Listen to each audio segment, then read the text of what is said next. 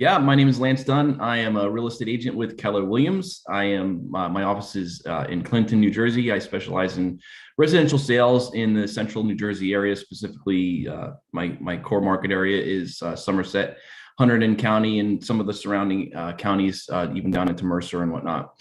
Specialize in helping people make a move, whether they're selling or buying or relocating or anything that goes along with residential home sales. I also do some light commercial, so kind of storefronts on downtown Main Street of any town USA, that kind of stuff.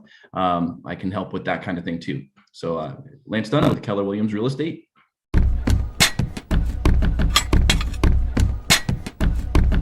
Lance, you want to talk about your topic about this subject? Well, yeah, I'm going to echo Andrea's thoughts on prices because I don't.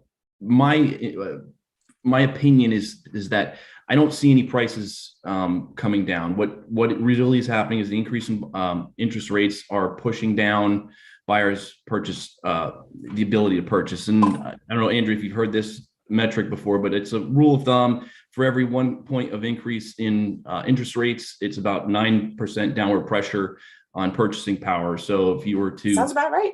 Yeah, if you were to just round it out, if somebody was looking for a $500,000 house last year, now they're only going to be able to purchase a $450,000 house with the same money, or at least keep the same monthly mortgage payment.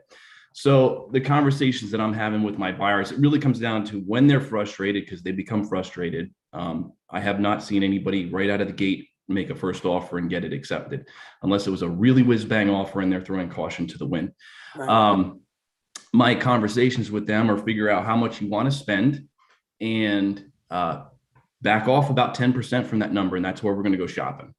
So if you want to get the $500,000 house, we're going to look for houses up to $450,000 because you're going to be paying about $500,000 on it.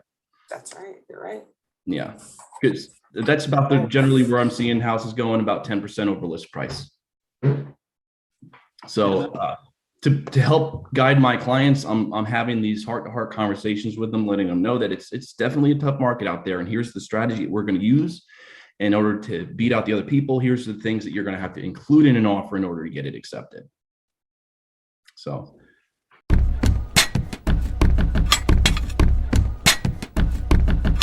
I've had the, experience of working in real estate, both along the Route 80 corridor and the 78 corridor. Oh, okay. And one thing I've noticed is in both of those situations, even in previous markets, there was an obvious westerly trajectory of people, even in balanced or buyer's markets. That's just the natural flow. A lot of times people are trying to get out of the urban areas, come to the suburban areas, settle down, establish some roots, raise families, things like that. And then once they've done that, there's the outward flow to either Pennsylvania down to Florida or the Carolinas. So I guess it's just a more pronounced effect of what has always been happening over time. And I think that the COVID scenario, I guess, did that even, brought that even more to the forefront, because a lot of the properties out here, you do end up getting more for your money, where $500,000 in Maplewood probably isn't getting you a postage stamp. Mm-hmm. But out here, it'll get you, in some of the rural areas that, used to, in 2019, $500,000 would get you a 1995 Center Hall Colonial with 4 bedrooms and a full basement. Now that same house is $650,000. But that I don't know if that answers the question, but it's been, yes, I guess, more of the same trend, just a lot more of it.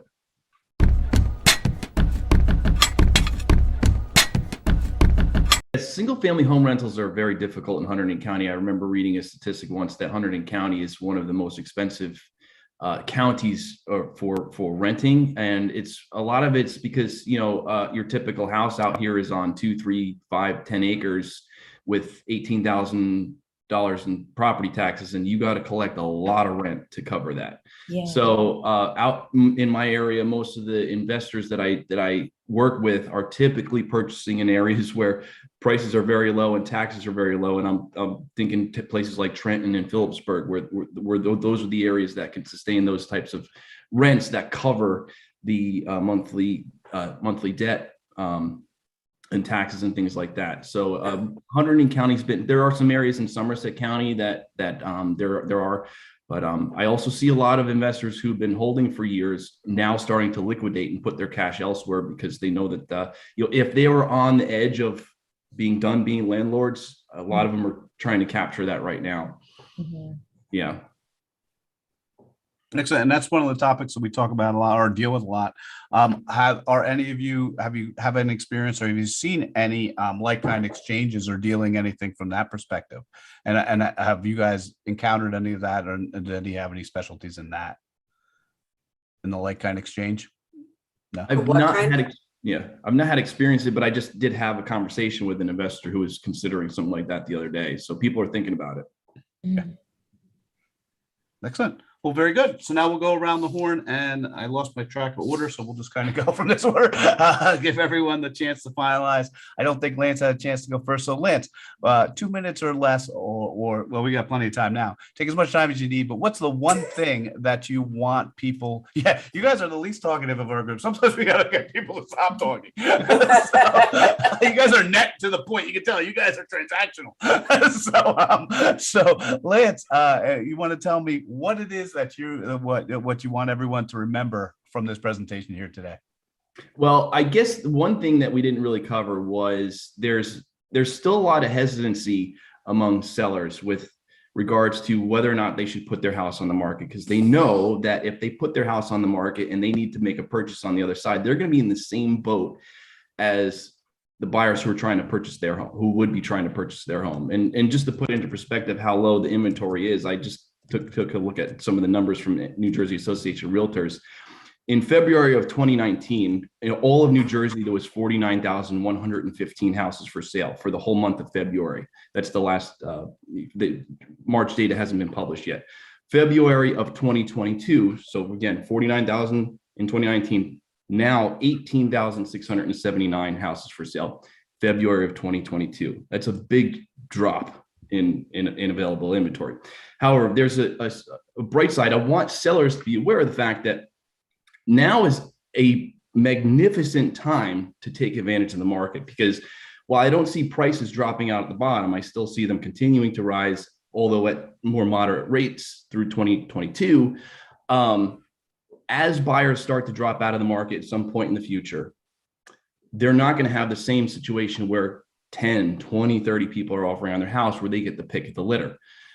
What that means to a seller is that even though they can still capture the same price or similar prices, what they're going to have to deal with is things that they didn't want to. So that roof that's 30 years old, that probably needs to be replaced next year.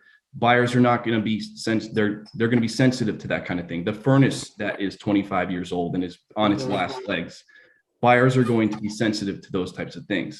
So if sellers want to be able to capture the momentum of the market and I guess the tangential things that go along with the real estate transaction that sometimes they don't think about until they're underway, now is the time to do it, because they're not going to be able to get that, in a year from now or so, when there's 2 or 3 buyers offering on their house instead of 20 or 30. Mm-hmm. That was a great point. I'm going to make that. I'll reiterate that my mom sold a house after my dad passed. They lived in it for literally 50 years, and there were things they were going to do and things they legally had to do. But beyond that, it was like, it is what it is. It's like next up, and that was part of the offer process. Like, you understand, it is how it is. It's not the highest price. It's you get that, because the second you say no, we go to the next person. I've seen the flip side of this. I got licensed in 2013, so I was not there for the run up and then the subsequent crash. I started at the bottom, because the bottom of New Jersey sales was 2012. But what I was starting to sell when people who had purchased at the height were now having to deal with property condition issues that they knew about from the time they bought the house, but never dealt with. For one of the things I'm thinking about, they had a crack in the foundation that was about 20 feet long. They knew about it. They bought it like that, and they could not sell their house with that. They had to buy it like that in 2005. They could not sell it like that in 2015 was the year they sold it. So that's the backside of all the stuff that people are purchasing houses as is right now are going to have to face later on when they sell. Exactly.